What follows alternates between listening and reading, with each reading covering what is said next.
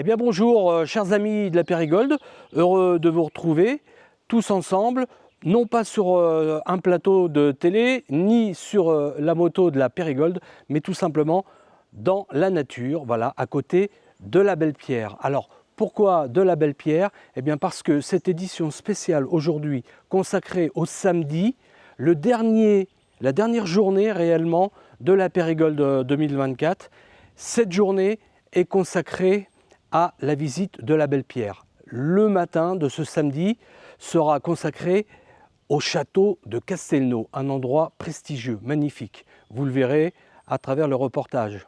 À l'issue de cette visite du château, eh bien, la Périgold, comme chaque visite, eh bien, va se diriger vers un excellent restaurant.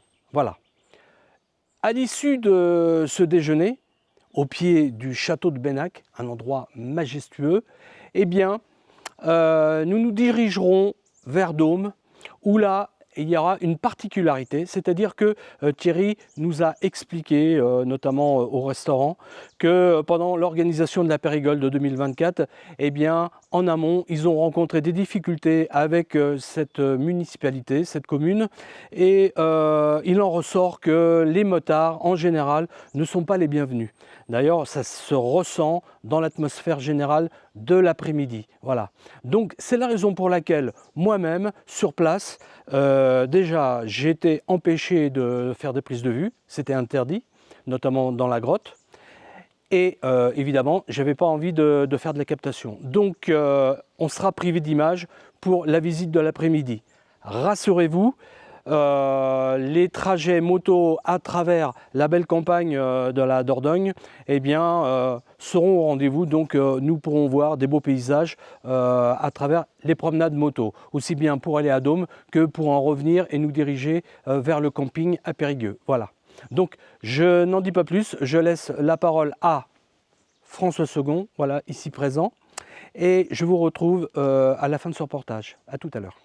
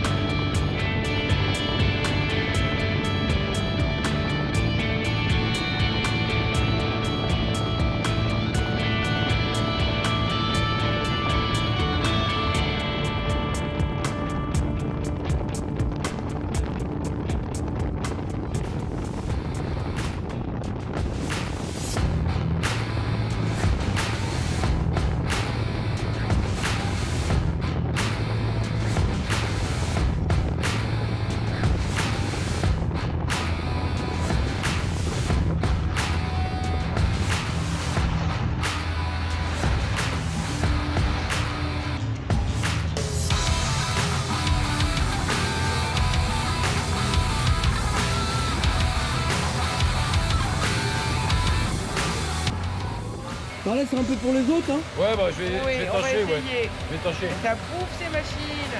Oh. T'en laisses pour les autres, hein? Ouais, mais il y a de l'essence par terre. Ah. Ils ont tout gaspillé.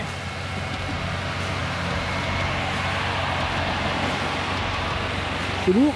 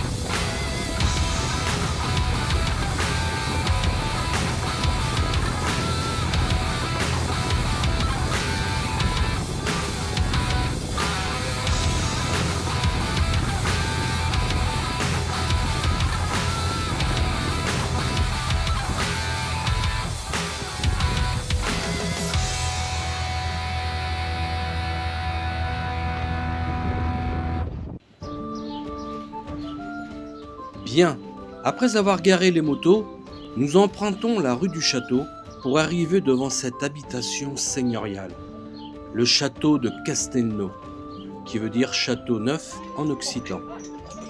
Sa construction est estimée à la fin du XIIe siècle. Il est la possession de Bernard de Casnac, seigneur cathare et vassal du comte de Toulouse. Hélas, après plusieurs sièges, la forteresse sera brûlée par l'archevêque de Bordeaux en 1215.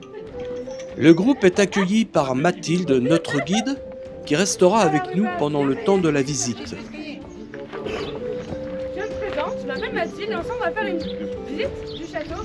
Mais comme il tape quand même pas mal, je vais plutôt vous mettre à l'ombre et moi aller au soleil. Donc vous voulez rester absolument au soleil. Le ciel bleu, tant apprécié, est en parfaite harmonie avec la couleur de la pierre de cet édifice qui a été érigé à cet endroit pour faire face à son rival, le château de Bennac. On s'en fabrique une. Sinon, comme le château de Castelnau, on va la Bâti à la fin du XIIe siècle, le premier château a été détruit en 1215, comme je vous l'ai déjà dit. Aujourd'hui, c'est la deuxième forteresse du XIIIe siècle qui s'offre à nous. mettre au Moyen-Âge. Si vous avez de l'argent, Mathilde, notre guide, nous fait maintenant une démonstration de tir avec le trébuchet.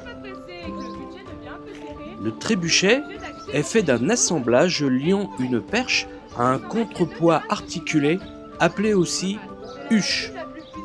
À l'autre extrémité était attachée une poche dans laquelle était placé le projectile, généralement un boulet de pierre taillé.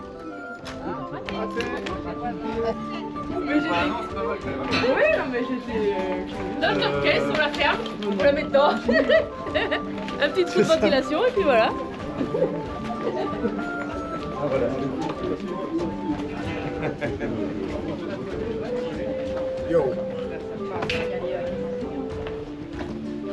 À la rigueur, tu peux peut-être juste... Oh pardon. J'ai pas vu. Très belle visite, motard. Super. Le boulet est tombé sur quelle moto? La tienne. Oh merde.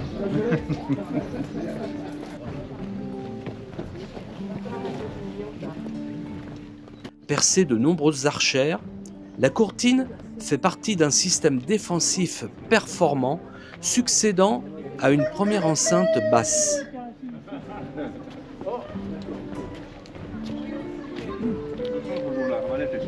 Oh merde, ils vont tuer le poulet, ils vont tuer.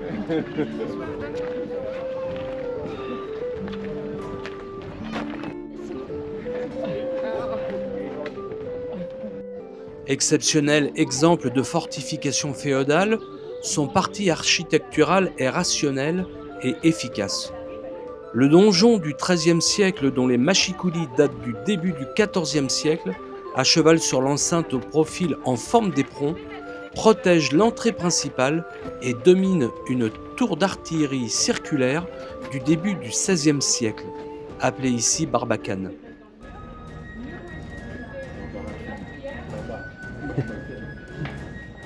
C'est Sarbacane qu'ils utilisent.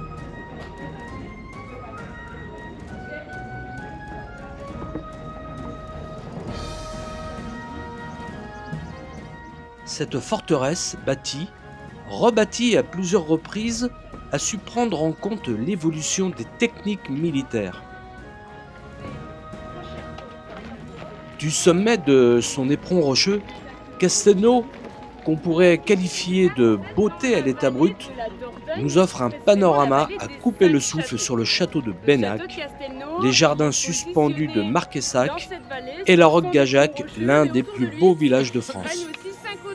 Son emplacement stratégique et réputé imprenable permit à ce château de contrôler toute la vallée de la Dordogne jusqu'au jour où... Mais c'est la preuve que vraiment la région Aquitaine et de la Dordogne est un site fortifié, est un site en guerre durant quasiment tout le Moyen-Âge, et la preuve, c'est ces châteaux. Donc on a Castelnau, en face de nous on a Marquessac. Marquessac qui est actuellement connu pour ses jardins, mais qui à la base était une tour de guet, construite par Bennac durant la guerre de 100 ans pour surveiller Castelnau. En face, on a donc sur la gauche, Bennac. Bennac, notre forteresse française durant la guerre de 100 ans, qui elle ne va jamais changer de camp, qui va construire Fernac. Fernac, le petit château qu'on voit qui dépasse de la forêt sur notre rive, la rive gauche de la Dordogne. Ah, là, on voit des petites voitures qui dépassent. Ça, à la base, c'était une tour de guet. À 11 heures par rapport à... Exactement, une tour de guet. 1485. Qui aujourd'hui vient de... Donc, on a la vallée des 5 châteaux qui entourent Castelnau, et ces châteaux ont tous un lien avec le nôtre et datent tous du Moyen-Âge. Et c'est donc là-dessus. Je vais chercher plus. On a parlé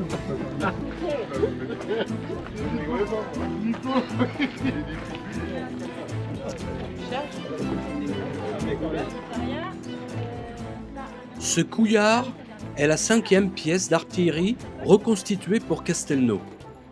Utilisée en Europe au XIVe et XVe siècle, elle était l'arme la plus aboutie de son temps.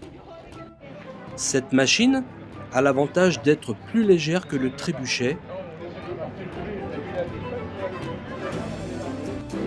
François, Oui, c'est moi. il y a un truc que je comprends pas. Pourquoi ils se tiraient sur eux-mêmes là? Pourquoi ils se Là. tiraient sur De eux-mêmes? quoi? Bah oui, les trébuchets là, regarde, ils sont dirigés vers eux-mêmes. C'est de l'entraînement. Tu vois? Ah Mais oui, ils sont entraînés à tirer sur le château, comme oui. ça après ils étaient doués Ils pour sont aller entraînés. ailleurs. Bien sûr, bah j'y bête. Oh là là là là. avec des bombes à eau. Tu racontes pas de conneries souvent, mais c'est quand même bien rapproché, toi.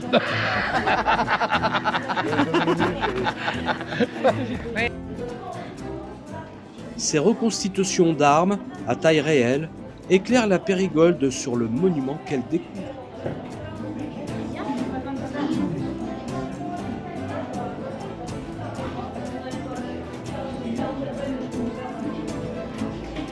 La niche sur l'entrée constitue les phases successives du façonnage.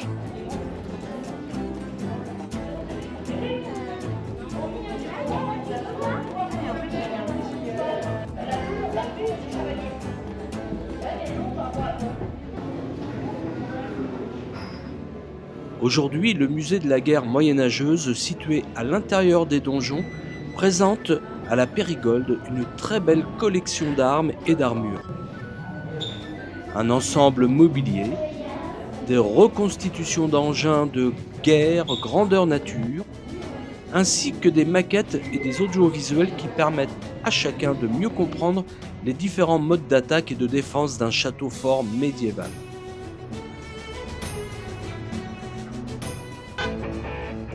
Voilà, nos chevaliers modernes ont de nouveau enfourché leur monture pour se rendre dans un excellent restaurant au comptoir d'Olivier, dans la commune de Vézac, face au majestueux château de Bennac. Bon appétit!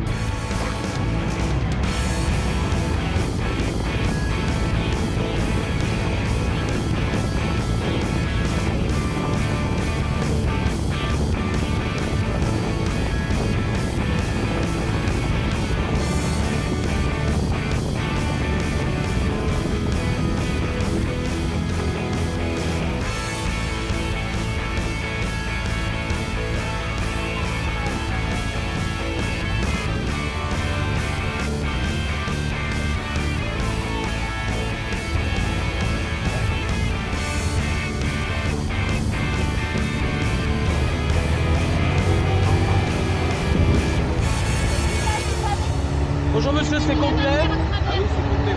Ah, ça fait rien, je vais m'attrister, non? Oui, j'ai compris.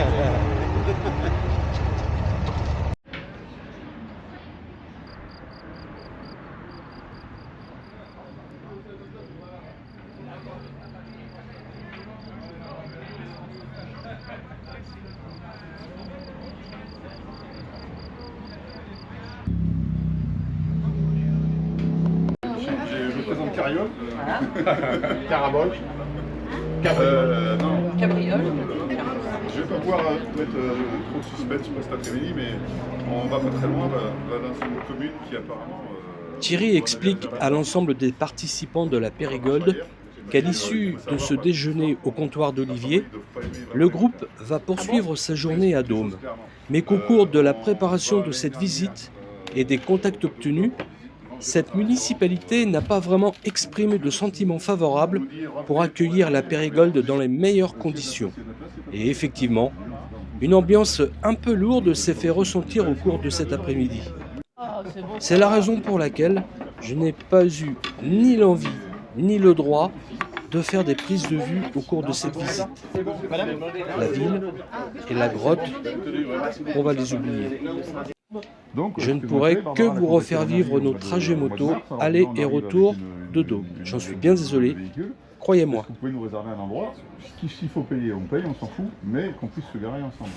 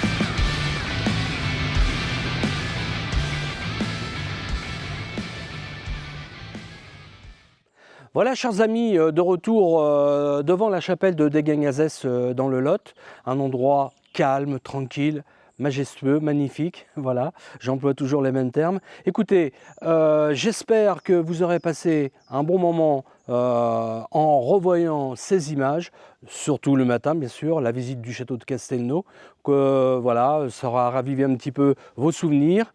Et donc c'est sur ces images que nous allons nous quitter pour cette Périgold 2024. Voilà, j'aurais vraiment été heureux de vous faire revivre tous ces moments depuis le lundi, mardi, mercredi, jeudi, vendredi et samedi. Et je compte bien vous retrouver tous l'année prochaine. En attendant, je vous dis bon vent et soyez très prudents à moto. À bientôt.